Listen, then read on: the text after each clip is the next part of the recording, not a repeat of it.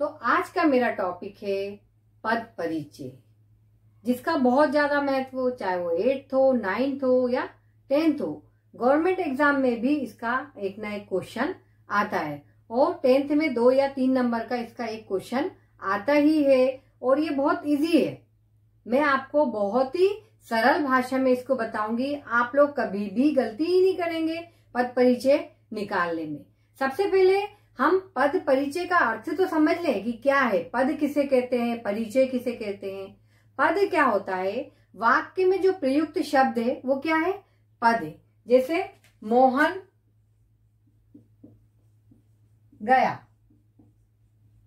है ना, तो ये जो मोहन है गया था, मोहन क्या है, ये शब्द है, ठीक है। अभी ये शब्द ही क्या हो गया है, ये पद है। हाँ, ये शब्द क्या है, ये पद है। और ये पूरा जब बन जाता है शब्दों से वाक्य, तो ये वाक्य बन जाता है। और इनका पूरा व्याकरणिक जब हमको निकालना पड़ता है व्याकरणिक, तो वो क्या होता है, पद परिचय होता है। एक सरल भाषा में हम ये कह सकते हैं, वाक्य में शब्द यदि आ गए तो उसका पूरा व्याकरणिक परिचय पद परिचय है। ये शब्द है, ठीक है, ये शब्द ही क्या है, पद है। तो वाक्य में यदि शब्द आ गए, ये भी शब्द है, ये भी शब्द है, ये भी शब्द है, तो इसका जो पूरा व्याकरणिक रूप है वो क्या है, पद परिचय है।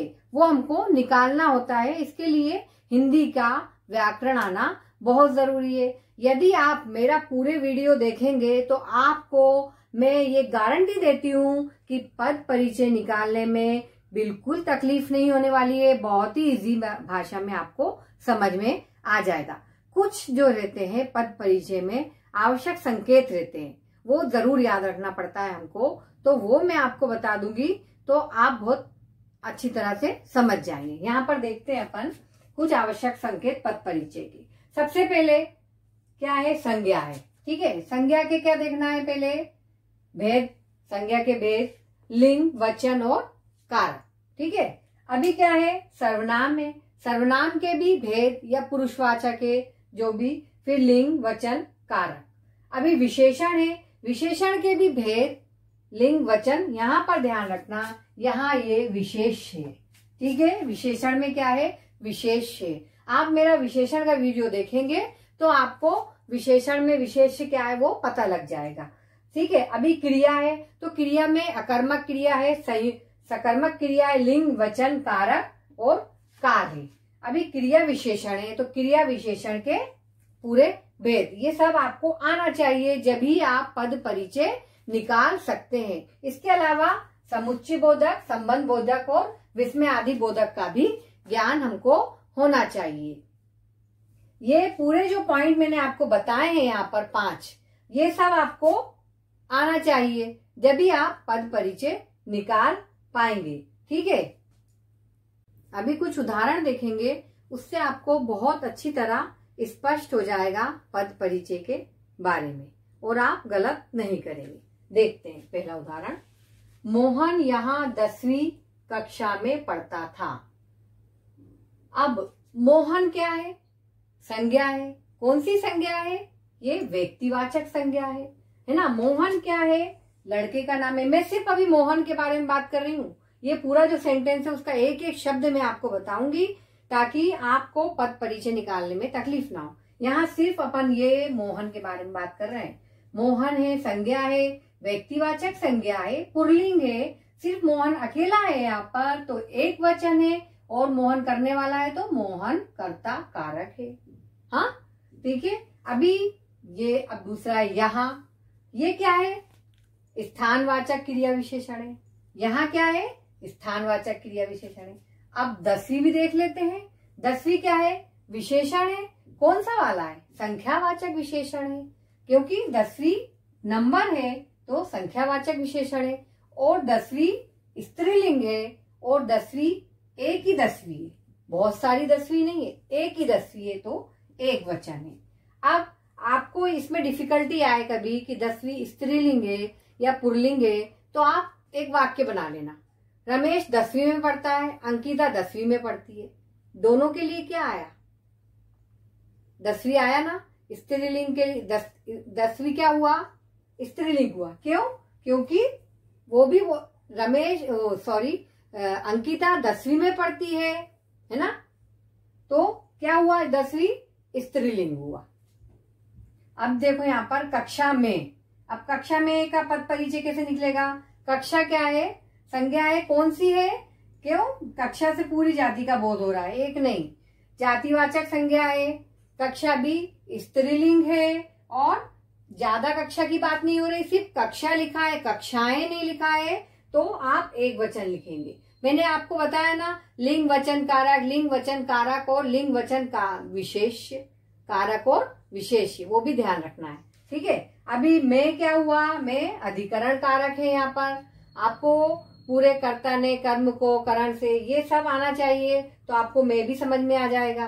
ठीक है, अब पढ़ता था, अब पढ़ता था कौन सी क्रिया है? अकर्मक क्रिया है, पुल्लिंग है क्योंकि लड़का है। पढ़ता था, पढ़ती थी तो नहीं लिखा है, यहाँ पर क्या लिखा है? पढ़ता था, तो ये पुल्लिंग हुआ और एक वचन हुआ क्योंकि एक ही व्यक्ति के बारे में बात हो रही है, और अन्य पुरुष हुआ। अब मैंने आपको पद परिचय ये पूरा समझाया एक एक, ठीक है। कक्षा में भी बताया, पढ़ता था की बताया, सॉरी था का, ये था का क्या आएगा? था का, था क्रिया हो चुकी है, तो ये क्या आएगा? भूतकाल में चले जाएगा। ठीक है, ये भूतकाल, कौन सा काल है? भूतकाल है। ये मैं भूल गई थी तो मैंने यहाँ पर बताया आपको। पर था क्या है? भूतकाल है। अब आपको ये देखो, मोहन यहाँ 10वीं कक्षा में पढ़ता था। मैंने एक एक तोड़ के आपको ये मोहन यहाँ 10वीं कक्षा में पढ़ता था, ये पूरा व्याकरणिक परिचय निकाला। तो ये क्या हुआ? ये इस पूरे वाक्य का पद परिचय हुआ। ठीक है, आपको अभी ये समझ में आया होगा। अभी ये ऐसा का ऐसा नहीं आता है, ठीक, ये मैंने पूरे वाक्य का बताया। अब मैं आपको ये समझाना चाहूंगी यहाँ पर कि अपने को 10वीं के एग्जाम में या दूसरे एग्जाम में कैसा आता है, 8वीं 9वीं हो या 10वीं हो या कोई भी एग्जाम हो गवर्नमेंट का, तो उसमें कैसा पूरे का नहीं निकालना पड़ता, बहुत समय लग जाता है। तो 10वीं में ज्यादा निकालना पड़ता है, मगर गवर्नमेंट एग्जाम में भी रेखांकित 10वीं में भी वैसे ही आता है जैसा अभी मैं बताऊंगी आपको। रेखांकित शब्द के नीचे का पद परिचय बताएं। ठीक है, वहां पर वो लिख देंगे रेखांकित शब्द। तो मैं आपको एक उदाहरण और देती हूँ रेखांकित करके, वो मैं आपको समझाती हूँ यहाँ पर, तो आपको कोई भी परेशानी नहीं आने वाली है। बहुत ही अच्छी तरह से आपको पद परिचय समझ में आ जाएगा। बहुत ही सरल भाषा में बता रही हूँ आपको। अभी देखिए, दूसरा है उदाहरण, हम बनारस घूमने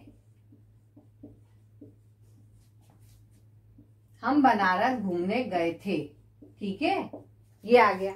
हाँ, अभी उन्होंने बोला कि भाई हम, अंडरलाइन किया हुआ है रेखांकित, बनारस और थे, इसका आप पद परिचय निकालिए।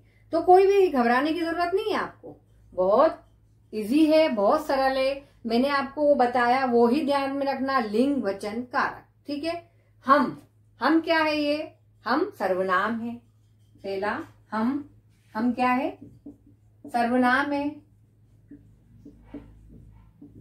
अच्छा, हम कौन सा सर्वनाम है? ये पुरुषवाचक सर्वनाम है। ठीक है, पुरुषवाचक सर्वनाम है, पुरुषवाचक सर्वनाम है। अब हम यानी सभी लोग, तो ये क्या हो गया? बहुवचन हो गया भाई। ये क्या हो गया? बहुवचन हो गया। ठीक है, ये आ गया हम का, ये हम का पद परिचय हो गया। अभी वो बोल रहे हैं बनारस का, बोल रहे हैं ना, तो बनारस का देख लेते हैं अपन। बनारस क्या है? बनारस व्यक्तिवाचक संज्ञा है। संज्ञा है, कौन सी वाली है? व्यक्तिवाचक संज्ञा है। नाम है ना, इसलिए ये व्यक्तिवाचक संज्ञा है, बनारस। ठीक है, अभी देखेंगे अपन थे।